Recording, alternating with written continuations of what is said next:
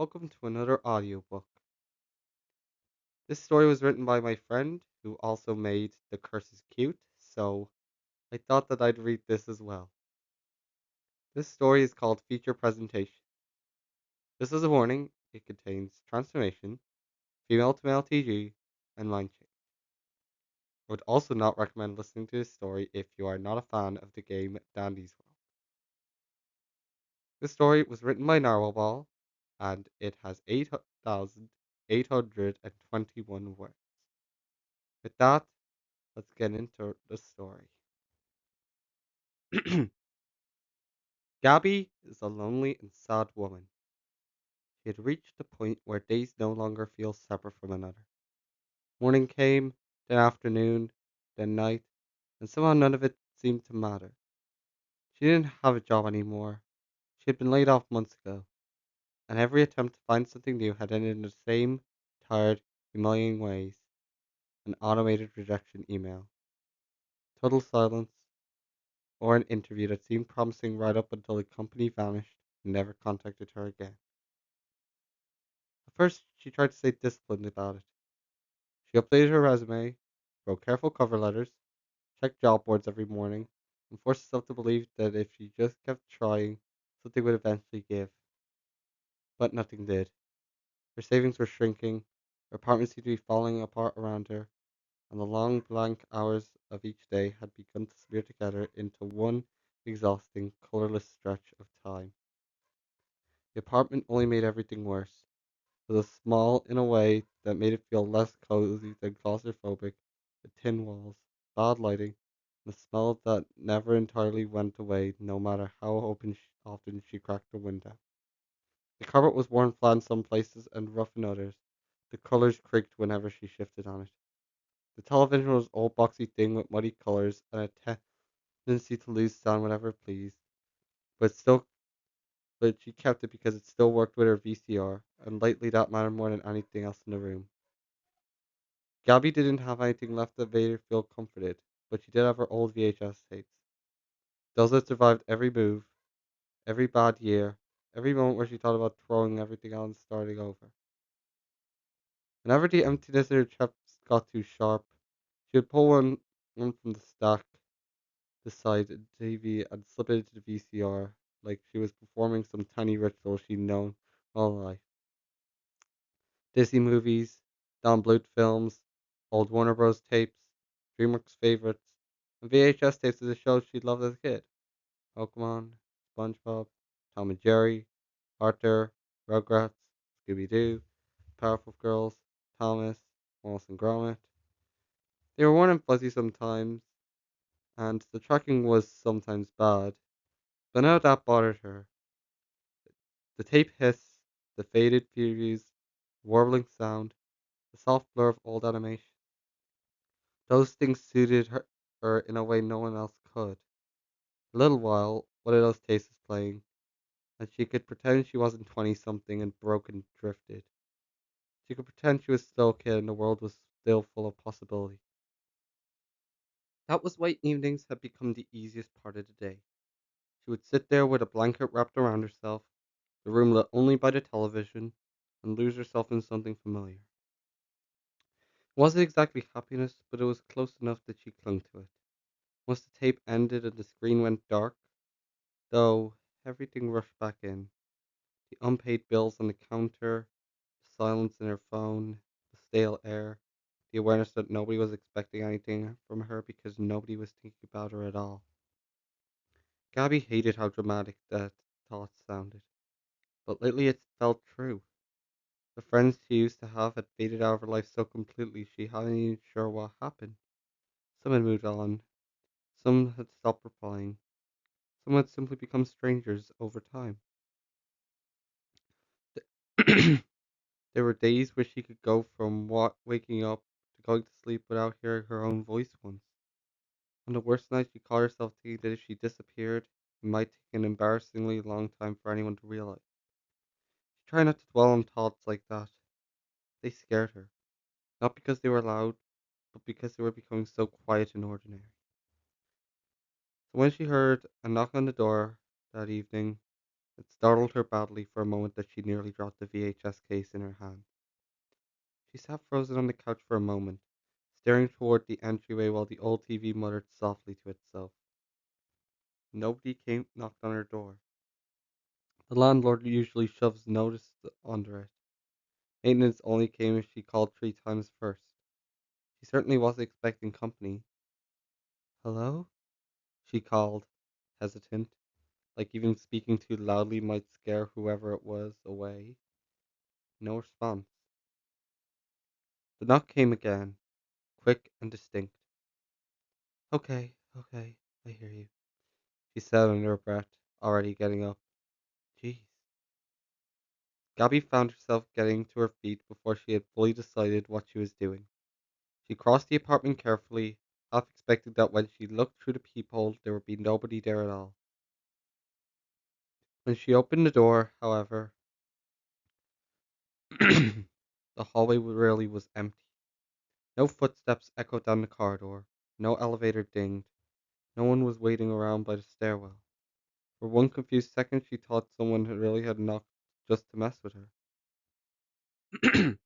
Then she glanced down and saw the package sitting squarely on her doormat. It was a small cardboard box, plain and unmarked, about the right size to hold a VHS clamshell. It's just a box, she said quietly, saying it out loud might make it less strange. She bent down, picking it up. Gabby bent to pick it up and turned it over in her hands. There was no label, no shipping stamp, no name, not even a scribbled apartment number.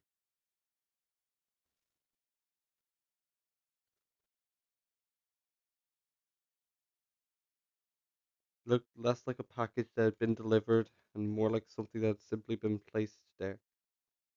No label, no nothing. That's not creepy at all. She stood in the doorway for a second longer, scanning the hall one last time. Real funny, she added, a little louder. It isn't some kind of prank. It's not.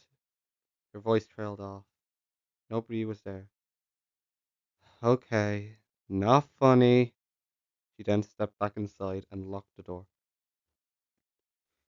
Her pulse was still up from the surprise, but underneath the suspicion was something she had not felt in a while. Curiosity, maybe even excitement. It embarrassed her a little how starved she was for novelty, how quickly her mood could lift just because something unexpected had entered her life that wasn't another bill or rejection. Carried the box to the couch, sat down, and opened it with more eagerness than she was meant to show. Inside was a VHS tape in a plastic clamshell case. Gabby lifted it out carefully and looked at the cover. Title read Dandy's World, Volume 1, in big cheerful lettering. And on the front was an anthropomorphic flower with rainbow petals and a bright theatrical grin. The character looked posed in that exaggerated, welcoming way of old children's mascots always did. One hand extended as if it was inviting the viewer to some colorful little universe where every problem could be solved in 22 minutes. Gabby assumed the flower had to be Dandy. Dandy's World, she read aloud, her voice quieter now. Wow, that is aggressively cheerful. Behind him were a few other cartoon figures she didn't recognize, all drawn in a style that felt strangely familiar without actually belonging to anything she remembered. The art had that soft, retro children's media look to it. Simple shapes, bright colors, kind of earnest sweetness that would probably look perfect at home on a thrift shop store tape from decades ago. Gabby frowned, not because she didn't dislike it, but because she just couldn't place it. She knew old animation and old kids media well enough that she could usually tell whether something was real, obscure, or imitation. And somehow this felt like all three at once. She opened the case and examined the tape itself before turning the clamshell cover to read the black. The description was simple, bright, and vaguely enthusiastic in the way old home video blurbs always were, promising whimsical fun lovable characters, and classic adventures for a whole new generation. Whimsical fun, lovable characters, classic adventures, she read aloud, then snored softly. Wow, that is aggressively corny. Still, she smiled. It sounded corny. It looked corny too. But there was something appealing about that. You're either gonna be really cute or deeply cursed. Honestly, either's fine. Gabby was in no position to be picky about comfort, and the cover art had exactly the sort of low stakes, cozy energy she usually craved from old media. More than anything, it felt like a relic from the same emotional neighborhood as the tape she already loved. She ran her thumb along the edge of the case and gave a small, tired laugh to herself. Maybe some random ghost of a forgotten cartoon was exactly what she needed tonight. It's certainly best staring at the ceiling and thinking too hard. She got up, crossed to the TV stand, and fed the tape into the VCR. Please work, she said softly. I'm begging you. Do not have the emotional bandwidth for another thing breaking tonight. The machine accepted with a familiar mechanical clunk, and the sound always eased something in her. Gabby let out a small breath. Thank you. She settled back into the couch, pulled the blanket over her lap, and watched the screen flicker into life. For a little while, everything seemed normal. The television was filled with grainy previews and old-fashioned ads, the kind of odd filler that made a VHS feel like an artifact than just a way of watching something. Okay, yeah, this is nice, she murmured. This is exactly what I need. She pulled the blanket tighter around herself. No stakes, no thinking, just cartoons and bad tracking. The colors were a little washed down, the audio wobbled faintly under the music. That only made Gabby smile. It felt authentic. It felt comforting. After the previews ended, the tape cut cleanly to a screen that read, Feature Presentation. Ha ha, she said it. They said it. They said the title. Dressed up in bright, playful colors. Gabby let herself relax against the couch cushions. For the first time all day, she felt that small, fragile little sense of anticipation she used to get as a kid right before a favorite movie started. Okay, Dandy, he said. Show me what you've got. Then the screen went black. Gabby blinked. Okay. At first she thought it was part of the tape. Some pause before the opening credits. She waited. Okay. There a few seconds. The black held for too long. The VCR still hummed. The TV still glowed. Don't do this, she said quietly. Nothing. She sat up straighter. Don't. Don't you dare do this. Nothing else happened. Gabby stared at it for several more seconds, waiting for an image, song, anything at all, and when nothing came, her jaw tightened. Are you kidding me? She grabbed the remote, hit a button. Nothing changed. The disappointment that hit her felt absolutely sharp. Of course, she sobbed. Of course. Why would anything just work? That would just be insane. Even now, even with something as small as harmless as this, she just couldn't have one nice thing without it falling apart in her hands. She swore under her breath, threw the blanket aside, and got up from the couch with a surge of irritation that had been waiting all day for somewhere to go. The tape's damaged, the VCR's dying, or both. She stepped to the empty room. Why not? Sure, great. Gabby said that in anger. Her whole life had lately been felt like a chain of cheap, stupid failures, and for one irrational second, this blank screen felt like one more personal insult. You had one job, she muttered, hitting the eject button. One job. The VCR clicked, whirled, and began to flush the tape out. Yeah, that's right. Spit it out. Instead of VHS tape, a thick plume of strange, colorful mist burst from the slot. Gabby recoiled with a startled shout and stumbled backward so hard that she nearly fell. Jesus Christ!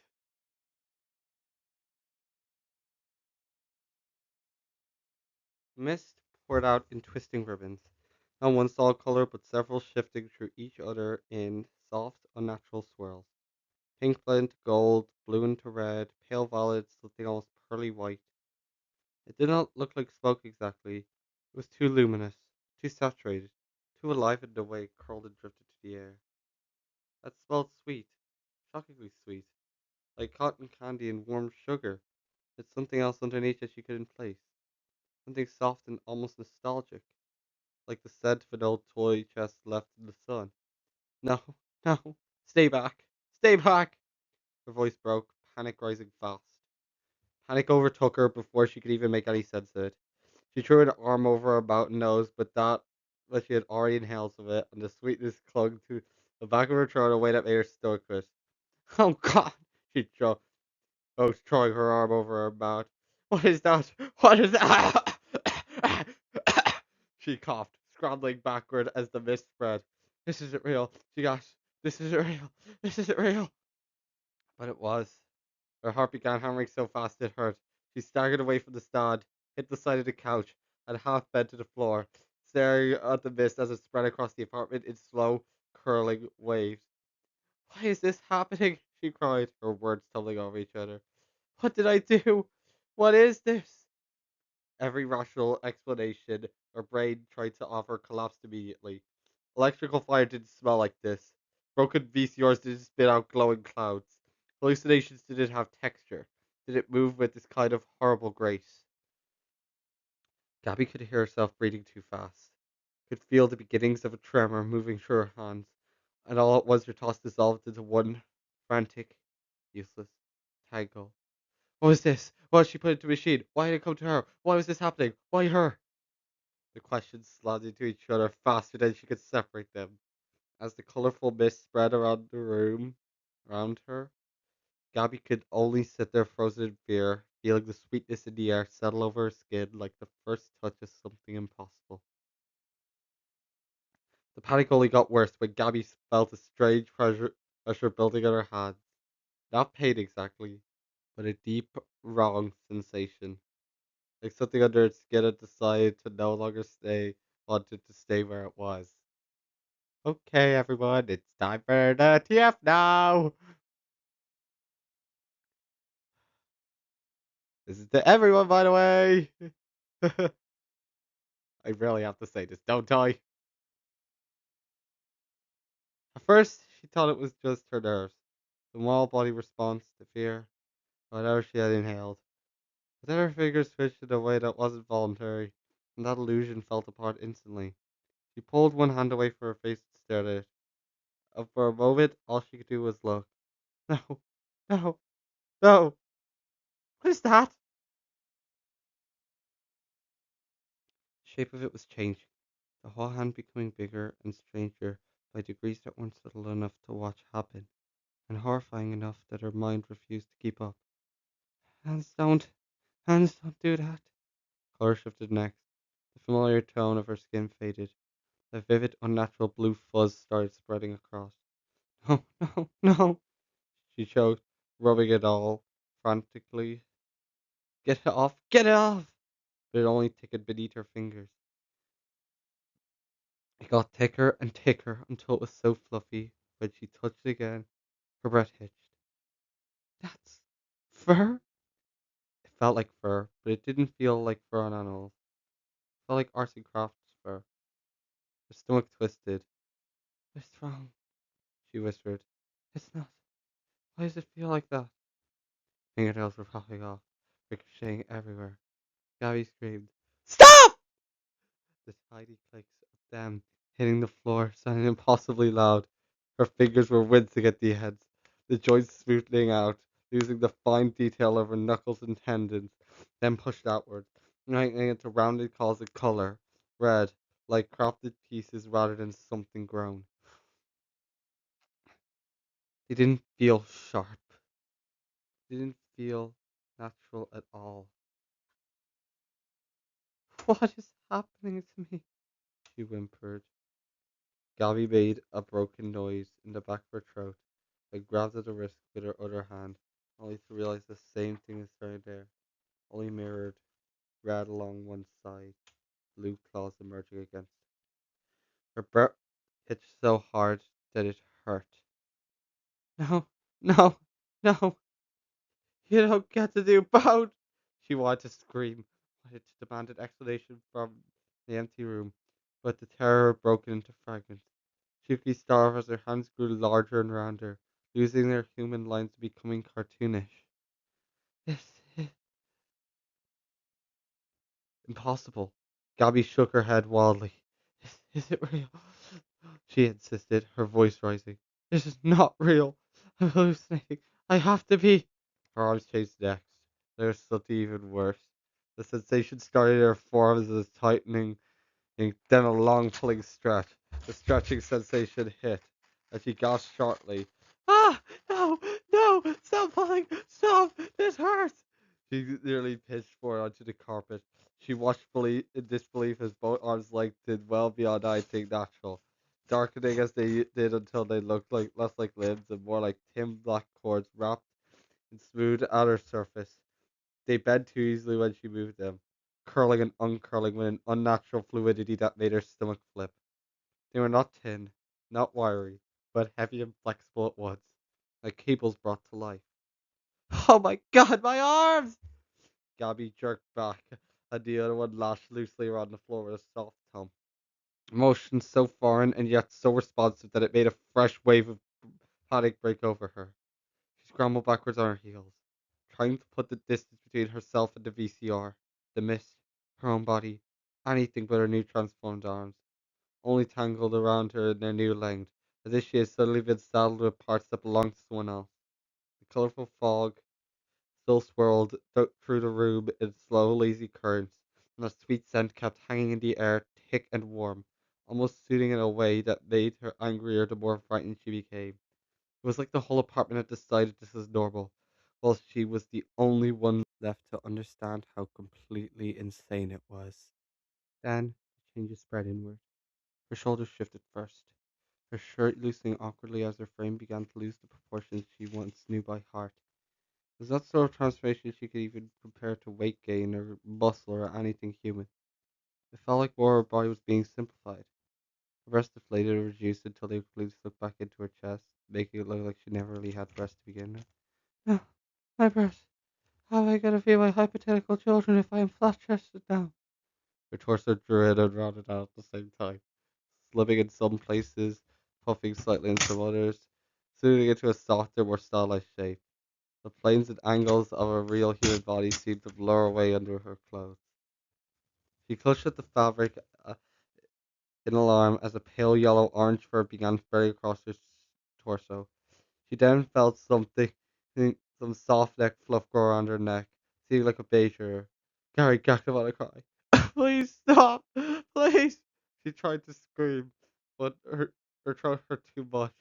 Her body losing the curves and becoming more basic and straight, losing her hourglass figure, causing her clothes to fall off, leaving her utterly nude, which would have mattered if her private parts didn't disappear mere seconds between the time and her clothes fell off, leaving absolutely nothing in between her legs. Oh my god, I'm nude! She shouted, not realizing her voice was distorting. She placed her hands on where her woman was supposed to be, only to find out it's been smoothed over. Gabby stared down at herself, disoriented by how unreal she looked. It's making me into something, she whimpered. Her voice betrayed her now. It came out softer, higher, boyish somehow, like it had just been cleaned off and routed into something more expressive and less real. Not just changed, stylized. The sound of it made her stomach drop and immediately cover her mouth. Her legs gave a sudden jerk beneath her. She cried out as she dropped down to one knee. Ah! Not my legs too! Beige first spread across her legs and feet. She caught herself with those huge altered hands and immediately regretted it, because the contact made the scale of everything harder to deny. Her knees and ankles prickled as she watched light yellow orange bands appear there in neat little stripes, like decorative markings being added one after another. Her calves softened in shape, her feet shifting under her socks and shoes until the pressure became unbearable. Get off, get off, get off, get off, get off! She kicked off her shoes off and peeled off her socks in a clumsy panic, and stared off how her toes merged into one mass on each of her feet, losing the toenails, and her feet rounded and simplified too, losing more of their human detail the same way her hands had, becoming smaller in proportion, yet distinctly more stylized, as though designed to belong in an animated world where realism had never mattered in the first place. She pushed herself upright with effort, swaying badly, her two long arms hanging almost to the floor. Every moment felt delayed by a fraction of a second, not because her body was failing behind her, but because her mind had still had not accepted those new dimensions. The long arms dragged behind her. She glanced at them and flinched. I hate those, she said immediately. I hate those so much.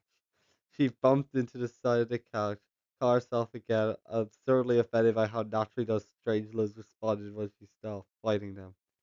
It was as if they were expected to be used, as if they were expected to be there. No, no, no, she said under her breath, and the words sounded thin and breathless, swallowed by the room. This is not happening! This is not happening! But even as she said it, the worst changes began to gather her head, as it started as a pressure between her cheeks and around her scalp, a full pushing sensation that made her wince and clamp those oversized hands to the side of her face. Ah! No! No! Ah, my face! Her voice trembled. Please, anything but my face. She squeezed them, and her eyes shut. The shape beneath them was changing fast. Her hands seemed to widen and soften at the corners, no longer fitting the familiar oval shape she had spent her entire life unknowingly trusting. It was becoming broader, rounder, square without ever turning hard edged, as if it were being pressed gently into a new form. Please don't take my face, she whimpered, as if there's something heartbreakingly small in the way she said it. The beige fur spread across her head, replacing the last traces of normal skin. Then she felt hair falling off. He froze. No! She reached her hand, shaking. No, no! My hair! Strands slipped through her fingers. Come back! She whispered desperately. Please come back. They didn't. Instead, extra fur pushed out over her forehead and along with her cheeks, wearing her face in little crafted wisps. Her ear and nose then shrunk back into her head until they were completely gone, though she could still hear and smell just fine. Her teeth sharpened and her lips became thinner, looking more like they were drawn on. She froze. My mouth feels wrong.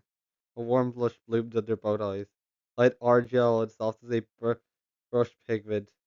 Then came the freckles, appearing one after another with surreal delicacy, blue speckled above the blush on one side, red on the other. Gabby froze as he felt them settle into place, because that was the first moment the transformation stopped feeling random. There was intent in those details, design, character. She was not just changing; she was becoming something specific, something finished. Her eyes burned next, and then she stumbled towards the dark TV screen on instinct, desperate to see what was happening before it went any further.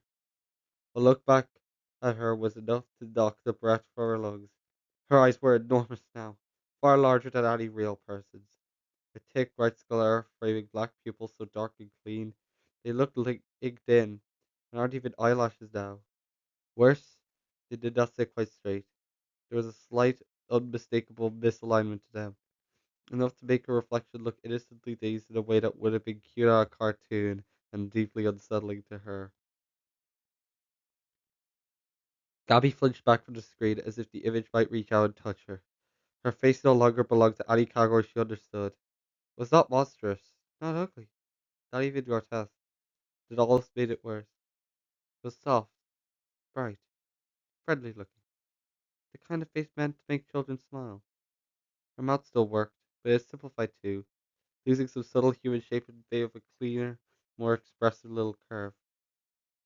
I look like a cartoon, she whispered. That looks like something made for kids. Her stomach twisted. Why would I look like that? She looked as if she had stepped out of the cover of a forgotten children's VHS line. All rounded features, impossible colors, and a harmless charm. The sheer wrongness of all that nearly sent her spiraling again. But through it all, she still did not understand what she was becoming. There was no name in her head yet, no sudden click of recognition, just a sickening certainty that the changes were not random, and even worse certainty that somewhere, somehow, the shape meant something. She had seen enough old media in her life to feel that much. There was a language to character design, and her body was speaking it now with alarming fluency. The striped knees, the mismatched hands, The huge eyes, the crafted softness. It all belonged together too neatly to be accidental. Gabby backed away from the TV until her legs hit the couch and she almost sat down by mistake. Her long black arms dragged across the floor beneath her with a soft, whispering sound, curling and flexing at the ends wherever she jerked them. The colorful mist still flowed through the apartment in tinning ribbons, and now that the panic was no longer peaking at quite the same unbearable height, she could feel something else beneath it, an awful creeping drowsiness. The sweet smell in the air was getting to her. Maybe it was coming from her now, too, woven into the softness of her body. Her limbs felt warm, heavy, not numb, but settled, as if whatever force had changed her was trying to took her into herself afterwards. She sank down onto the floor because standing no longer seemed worth the effort. The carpet scratched faintly under her legs, and one of her giant hands landed in it in her lap while the other lay stretched out absurdly far to her side like it belonged to someone sprawled next to her. Gabby stared at her both, then at her light yellow-orange torso, then once more at the mute black mirror of the television. What the hell am I supposed to do with this now? What will everyone think of me now? Will I be stuck like this forever? She whispered. Oh wait, I was supposed to whisper that. And the question hung in the apartment without answer. She thought of her old life in one raw, miserable flash, the rejected applications, the second couch, the stack of childhood tapes, the humiliating stillness of her days, and for a second it all felt impossibly different, distant, like it already belonged to someone else. That frightened uh, her enough to make her try to stand again. I'm still me, she said weakly, as if saying it could anchor her. I'm still Gabby, I'm still. But the effort died halfway through. She was still too tired. The room felt too warm. The mist had thinned into a haze, and the scent of sugar and something gently toasty still clung to the air, making her eyelids heavier with every breath. Maybe this was shock. Maybe she was hallucinating. Maybe she would wake up in 10 minutes on the floor with the tape halfway spilled, the VCR, and laugh at herself for losing it. She wanted that explanation badly enough to lean on it. Even though part of herself already knew that this was not the kind of thing waking up fix. So Gabby let herself lower fully onto the carpet. Her new arms pulled around her in loose dark curves, far too long, far too straight, yet already beginning to feel like treacherously natural when she stopped resisting them. The ceiling above her looked same as ever, cracked and stained and slightly crooked, and the ordinary ugliness was strangely comforting in the middle of everything else. Okay, she whispered to herself. Okay, ceiling's still there, apartment's still there, I'm still here. She fixed her eyes on it and tried to hold on to that. Onto the apartment, onto herself, onto the certainty that she was still Gabby no matter what the shape her body had been twisted into. But that sweet warmth in the room kept pressing gently at the edges of her mind, and her body felt softer and heavier by a second, like it finally reached the form it had been meant to settle in. Her breathing slowed, her thoughts blurred. She was still frightened, horribly confused, still nowhere ready to accept what had happened. But exhaustion was overtaking all of it. Please, she whispered down. Please let this be a dream. The last thing she saw before her eyes closed was the dark TV screen reflecting a beige, brown-headed stranger back at her. And the last thing she thought before sleep took her was not knowing who I am becoming. But please, please, let this be a dream.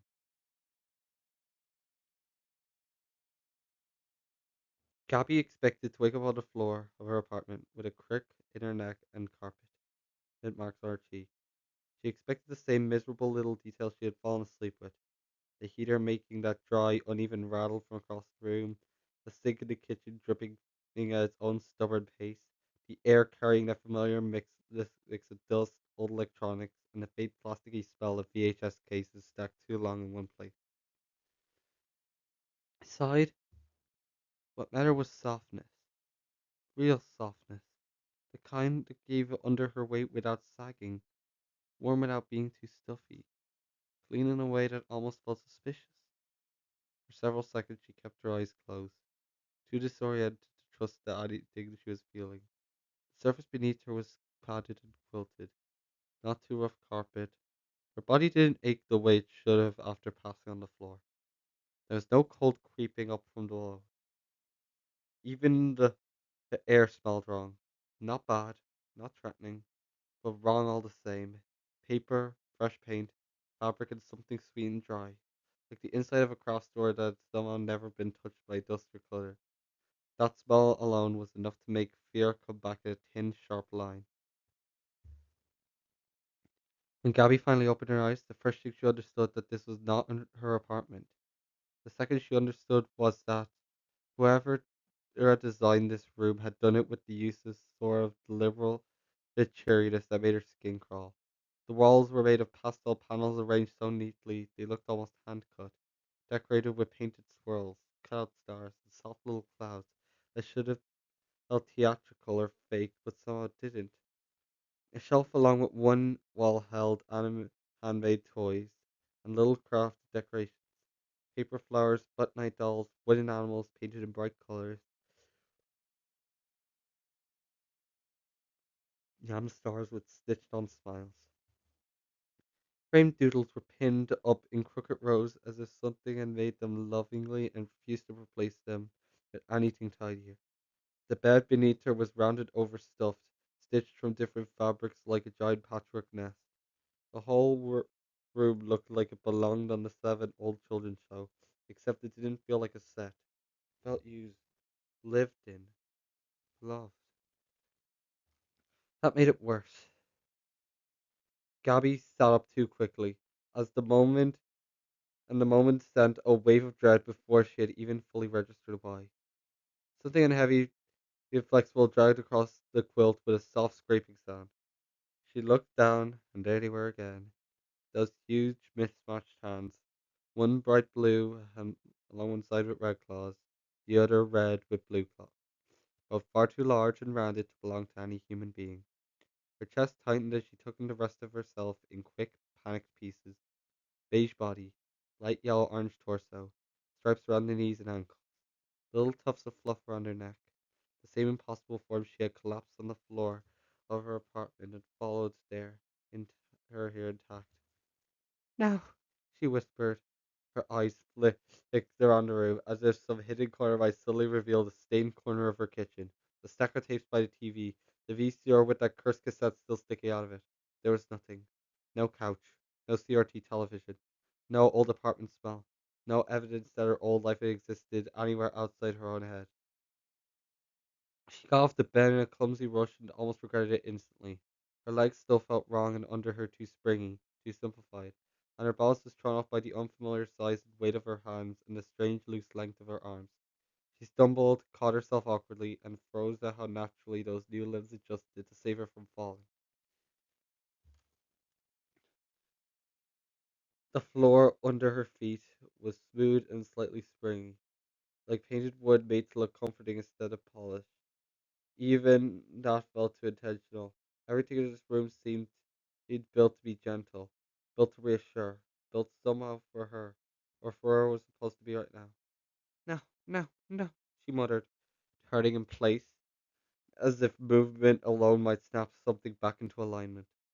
But the room stayed where it was, bright, still, and impossible. There was a mirror on the far wall, its frame decorated with painted popsicle sticks and little paper stars. And Gabby knew that she shouldn't go to it. She knew that there was nothing in it she hadn't already seen reflected in a dead black TV screen of her before she passed out. Still, she found herself drifting towards it anyway, drawn by the alpha human need to comfort a nightmare of her own eyes. The figure staring back at her was exactly as terrible and harmless as before. Rounded, square, her head, tufts of fluff on the forehead and cheeks, yellow, orange, bluish under huge eyes, blue freckles on the left, red on the right. I messed that up in the thumbnail. Whoops. And I'm not gonna re-record all of this with the different thumbnail. Just imagine that like this is uh oh what goob this what she saw in the mirror. Okay. Okay. A simplified version. Got it. Alright, now let's continue. The gaze slightly crossed in a way that would have looked adorable if it had a bare face doing it. Long black arms held like thin cords from narrow shoulders, ending in those absurd, colourful hands. The whole thing looked less like a creature, more like a character designed to be friendly from every angle. And then before she could stop it, a name floated up in her mind with such ease that she felt it had been waiting there all along. Goob. She recoiled from the mirror as if the glass had whispered it. No, she said again, louder this time, trying to pin herself down with force alone. I'm Gabby. But saying this name did not have the effect she wanted. It did not lock her back into herself or push the other one away. It just hugged her awkwardly in the air. Not false, but strangely far off. As if she had reached for a coat she used to wear every day and found it didn't fit across the shoulders anymore. That scared her even more than the mirror had. Gabby pressed both hands to the sides of her head and squeezed her eyes shut. Her apartment. She tried to hold on to the apartment. The peeling wallpaper. The sink that never stopped dripping. The boxes of tapes. The cheap microwave with the drinking blinking 12 she never fixed. The old children's movies she watched when she needed it to feel like something was still belonging to her. She forced herself to picture the tapes in detail. Cracked Disney clamshells, faded non-blue labels, taste of Pokemon, SpongeBob, Tom and Jerry, Arthur, Rugrats, Scooby-Doo, Powerpuff Girls, Thomas, Wallace and Gromit. One shaky second, the second relief flared inside her. She could still see them. She could still feel the edge of a cassette in her hands. She could still remember the click of feeding one into the VCR. Good, good. That meant she was still herself. Then she heard footsteps outside the room. They were light and quick, and slightly uneven, close enough to be real. And Gabby slapped around so hard that one of her long arms swung out behind her. Only then did she notice the door, disguised so neatly in the patchwork that she had missed it before. She backed up on instincts, gathering her two long arms close to her sides that might, as if it might make her less visible. The footsteps stopped. There was a gentle knock, three soft taps in a row. Gabby's whole body locked. The knob turned. The door opened inward. The figure stepped inside was yellow and cat-like, in the same crafted, stylized way Gabby and herself had become. Her head was hexagonal, her ears pointed and folded down the middle, and her white dress looked like an upside-down cupcake liner. A thin yellow poked through the back, ending in a magenta cup-shaped tip edged with white. Her paws were round and salmon-colored, each finger tipped with a careful little magenta claw, her eyes marked by two neat vertical magenta lines. It was right there, on her face anyway. Concern first, then immediate relief. Oh, she said, right against it. You're awake! Something in Gabby reacted before her talk could get there. The feeling hit her hard and fast, enough to make her dizzy. Warmth, recognition, trust, a sense of safety so immediate it hurt. She hated it on sight because it didn't belong to her. It had not been earned. It was the sort of emotional certainty that should only have taken years of living beside someone, and yet it surged through her naturally as a reflex. The yellow girl crossed the room in two quick steps and soft close, though no, not so close to Crowder. I was getting worried, she said, voice softening. You slept way longer than usual. Gabby could only stare. She knew this person. She knew her deeply, the way you know a shape of voice before you know the words. But she did not know how she knew her, and the split between feeling and understanding made panic rise all over again. The girl tilted her head. Goop? She asked. The name landed harder this time. Gabby flinched. I'm not! She started. The words caught herself before she could force it into anything useful. The other girl's expression changed in a tiny way. Not dramatic pain, just a little puzzled hurt. That. What? She asked. Gabby opened her mouth and tried to say her own name. Gabby. It should have been simple. Instead, it felt stacked on something inside her. Pressure built beneath her eyes. Her thoughts tangled. The room suddenly felt too warm, too bright, too close. While in the middle of the rising panic, another troop pulled in. Soft and certain and impossible to ignore. This room was not foreign. It was familiar. Worse, it felt personal. Not hers. His. No, hers. No, his! The prawn self-slipping sent a bolt of terror through her so sharp that she jerked backward, and one of those long black arms knocked it into the shelf behind her. A small wooden animal topped off the floor and hit the ground with a clatter. Oh, careful! The old girl gasped, crouching immediately to pick it up. She handed the toy with immediate familiarity, checking over it before settling it back into a place with a relieved little smile. It's okay, she said gently. Nothing broke. Gabby just stared at her. That movement, that voice.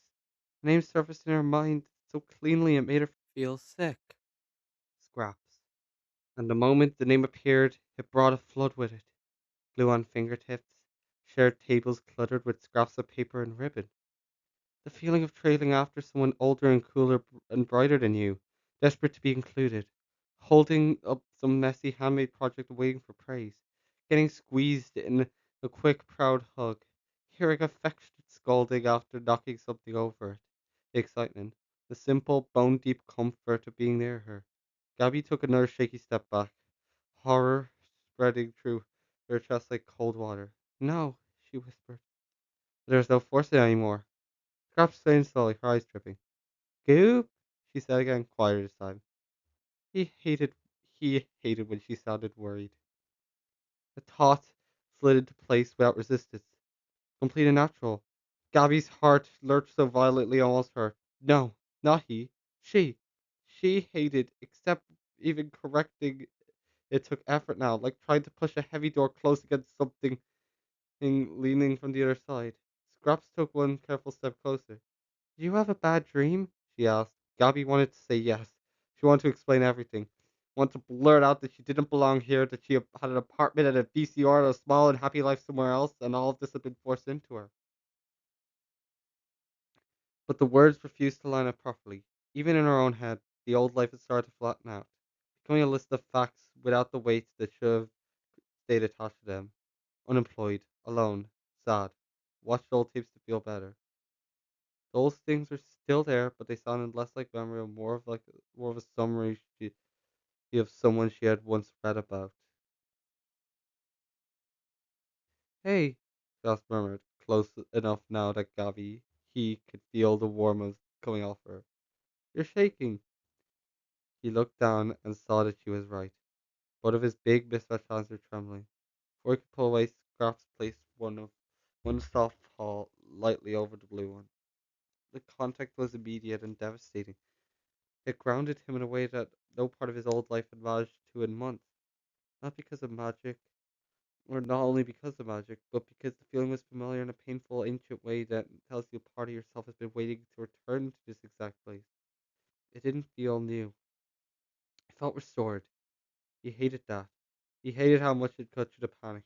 For a split second, he felt himself sliding internally, as if his memories had been lifted like a deck of cards that were being reshuffled by invisible hands. The apartment flashed in front of him, in broken images. The couch with split seam, the microwave clock, the unpaid bills, the row of worn tapes, his own face reflected black in the blank TV screen. But then a worse question rose up and knocked the air out of him. What had that face looked like? What had his voice, sounded like before? He reached frantically for those details and found them blurring under interference. Goob laughing too loud in the hallway. Goob racing around corners with his long arms trailing behind him. Goob squeezing scraps and crushing hugs. Goob grinning so wide his cheeks hurt, because everyone else is grinning too. Goob, Goob, Goob. That name pounded through him. Not like an intrusion anymore, but something underneath everything was finally surfacing. Please don't cry, Scraps said softly. And not only did he realize tears were running down his face, I don't, he began, and it stopped cold. The voice that came out right in a way that terrified him. Not just the sound of it, but the shape of the sentence forming in his mouth. He had almost said, I don't know what's happening to me. Not to her. To me. He stared at Scraps in open fear. She took his other hand too, careful of her claws, and held them both gently. It's okay, she said. You're okay. You're safe. I'm right here. Safe. That word broke something in him because it hit hollow, as he had stopped admitting it existed. Gabby had not felt safe for a long time. Not in the apartment, not in the weeks of silence after interviews, not the creeping suspicion in the life that narrowed down to loneliness and waiting. But there was color, warmth, a person looking at him, as if he mattered and always had. He hated how badly he wanted to give in to that. Hated how easily it would stop fighting and let his brighter, softer world take him in. He said weakly. He meant to say Gabby. He knew he meant to say Gabby. What came out was goop. Scott's expression softened at once, relief washing fishing through her so openly that he could see it happen. There you are, she whispered. Those words should have horrified him. Instead, they slipped back into him, with the awful perfect feeling of a key turning into a lock. Dizzy warmth washed over him. The room sharpened while the memory of the apartment dulled at the edge. He could still remember it, but it no longer felt immediate, no longer felt inhabited. It was starting to feel like the setting of a dream he had woken up from and didn't want to revisit. Its details began to peel away. First, the exact color of the wallpaper vanished, then the layout of the kitchen blurred, then the names of some of the movies he had loved slipped loose and drifted out of reach. He knew they mattered, but the reasons were turning so fast that he could barely grasp them. Grass burst a tear from beneath one eye. You really scared me, she said. You were out of it yesterday. I thought you had gotten sick or gotten too late again. Yesterday, of course, there had been a yesterday here. That thought never felt absurd. It felt obvious. There has always been yesterdays here. His room, his bed, his crafts, his sister. His sister. The phrase settled inside him with crushing rightness. Scraps was his older sister. Careful, clever, creative Scraps. The person he admired most in the world. The person whose approval made everything feel better and brighter. Somewhere deep down the last stubborn part of Gabby recoiled and tried to protest. No, she thought desperately. That's not true. I lived alone. I had no sister. I watched tapes. I applied for jobs. Before that, But when she reached any further back than that, there was nothing solid to grasp. The last name was gone. The age of the building was gone. The exact side of the television humming had gone. Even the outline of her mother's face. If she ever held it clear at all, had already just blurred into nothing. No, he whispered, but there was barely any meaning left behind the word. Scraps leaned forward, had pressed her forehead gently against his. The gesture was so familiar that his knees almost gave way. You don't have to think so hard, she murmured. Come on, just breathe. And he did. He obeyed before he even meant to. In, out. In, out. With each breath the panic thinned, and the world around him settled more firmly into place. He noticed the little paper flowers taped on one of the corner of the mirror because Scraps had said it looked plain without. He noticed the hanging stars overhead and the crayon drawing beside his bed, the one with the glittery sun, and the two of them smiling beneath it. And to all of his horror and relief at once, he did not merely see those things, he remembered them. Actually remembered them. He remembered gluing that drawing together. He remembered getting his fingers stuck and laughing so hard that Scraps had rolled her eyes while trying not to smile. Still, the memory did not feel inserted. It felt alive. It felt, a tiny shaky laugh before he meant to, and Scraps smiled at once. Something had loosened in the chest. Something final. He tried one last place to picture apartment, and all he got was a dim grey room with no weight into it, like a dream set abandoned after filming. Then that even faded. In its place was home. Not a concept, not an argument. A certainty. Patchwork bedding, painted walls, the smell of paper and fabric and pastel dust. A brightly handcrafted world where things were made with care and kept because they were loved. This was home.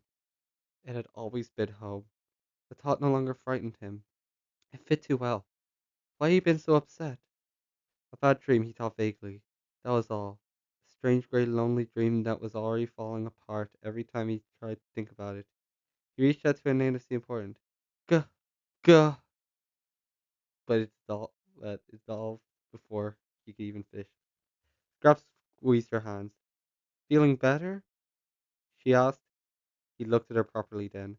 The folded ears, the cupcake liner dress, the tail with the little cup-shaped tip, the careful claws, the worried, affectionate face.